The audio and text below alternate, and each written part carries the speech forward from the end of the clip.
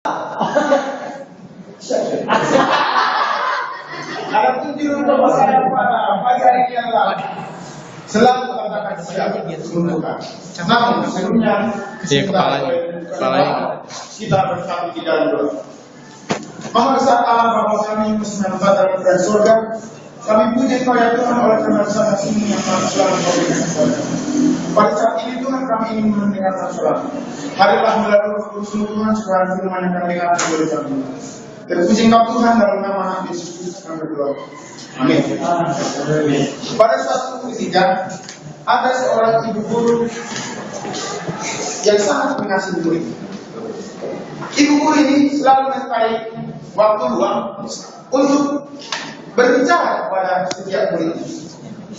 Jadi setiap kali di sekolah, ibu selalu mencari waktu yang pas untuk berbicara kepada murid-muridnya untuk mengetahui keilmuan mereka. Ibu guru ini melihat satu muridnya yang bernama Rido. Rido ini memiliki potensi yang luar biasa. Selain memiliki potensi yang luar biasa, Rido ini juga memiliki kepintaran dan juga bakat-bakat yang lain. Namun, Rido memiliki satu kebiasaan yang buruk, yaitu apabila gurunya mengajak dia berbicara, Rido tidak serius mendengarkan guru. Dia mendengar dari telinga bukan dari telinga kiri. Itulah sikap buruk yang ada pada Rido. Namun itulah yang terjadi pada Rido.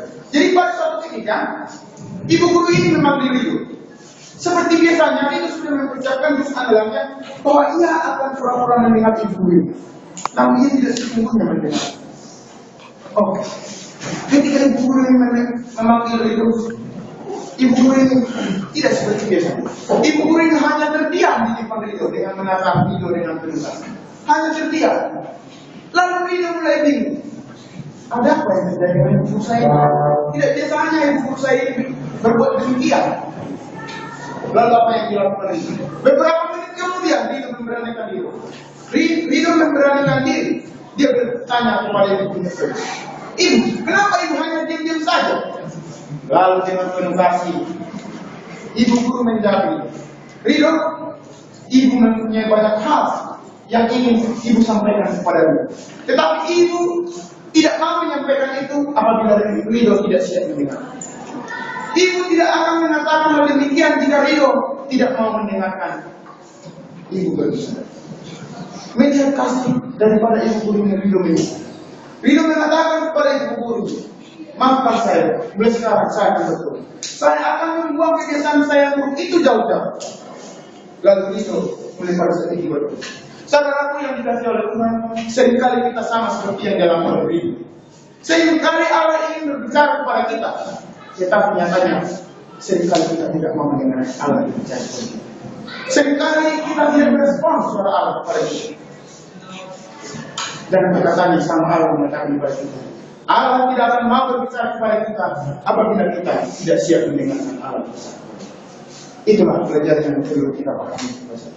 Oleh sebab itu, saya mengambil pelajaran buat kita pada saat ini dari 1 Samuel 3 ayat 1 sampai dengan 1 Samuel 4 ayat 1. Di sini kita akan mendapatkan beberapa pelajaran penting dari pengalaman Samuel.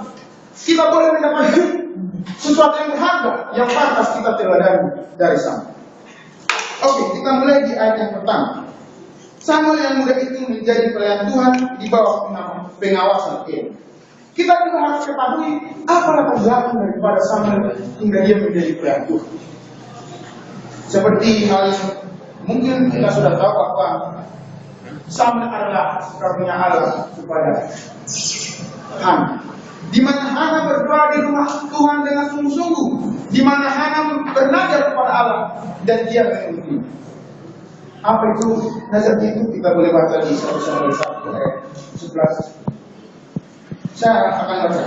Kemudian bernazarlah ia katanya, Tuhan semesta alam, jika sesungguhnya engkau memperhatikan sengsara hamba-Mu ini dan mengingat kepadaku dan tidak melupakan hamba-Mu ini, tetapi memberikan kepada hamba-Mu ini seorang anak laki-laki, maka aku akan memberikan dia kepada Tuhan untuk seumur hidup. Itulah nazar yang dilakukan oleh Hana kepada Allah. Dan oleh karena kesungguh-sungguhan Hana meminta kepada Allah, Allah memperhatikan. Allah memberikan anak kepada Hana. Allah membuka kandungan. Kita lanjut. Pada masa itu firman Tuhan jarang, penglihatan pun tidak bisa. Kira-kira kita boleh pikirkan kalimat ini. Kira-kira apa penyebabnya sehingga penglihatan dan firman Allah jarang pada masa itu? Apa penyebabnya kira-kira? Penyebabnya adalah oleh karena manusia pada saat itu sudah jauh dari Allah. Mereka tidak melakukan perintah Allah lagi. Mereka tidak menuruti perkataan Allah lagi. Sebagai contoh singkatnya kita boleh lihat kehidupan anak Imam Eli, di mana mereka berada di Ka'bah Allah, di tempat rumah Allah, tempat yang suci. Mereka tidak melakukan hal yang buruk. Mereka melakukan kejahatan. Banyak kejahatan yang mereka lakukan dan tidak berkenan. Mungkin sama seperti itulah hal yang bangsa itu, masyarakat yang ada di situ, mereka tidak mengindahkan Allah. Sehingga apa? Firman Tuhan, penglihatan jarang diberikan kepada mereka. Dengan kata lain, Allah tidak mau berbicara kepada mereka. Itulah yang menjadi latar belakang daripada khotbah saya pada saat ini.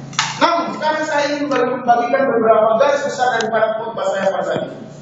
Garis besar yang pertama adalah yang akan kita belajar dengan bahwa kita harus memiliki tabiat seperti sana. Tabiat seperti apa? Para nabi dan bapak menjelaskan bahwa tabiat sana adalah dia memiliki akal budi, dia memiliki hati yang murni, dia memiliki penurutan yang luar biasa, dia hormat, suka menolong, dan suka menyasar. Itulah tabiat yang diterapkan oleh Islam pada zaman.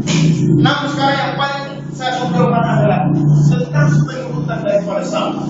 Bagaimana ia menuruti perkataan Imam Eli? Bagaimana ia menuruti perkataan? Itu yang akan saya tunjukkan pada kita. Ayat yang keempat.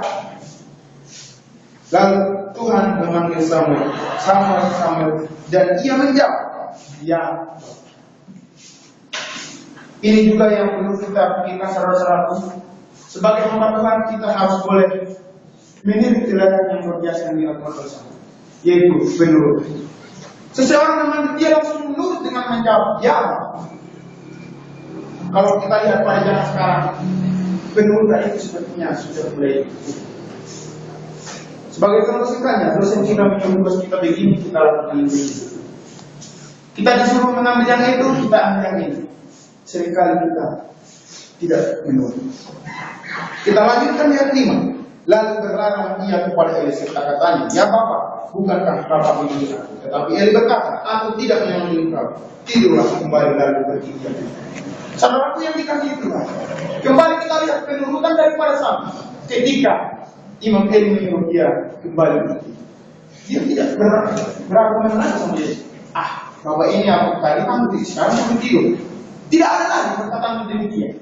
Tetapi apa? Ketika Imam Eli menyuruh dia menurut dan dia pergi.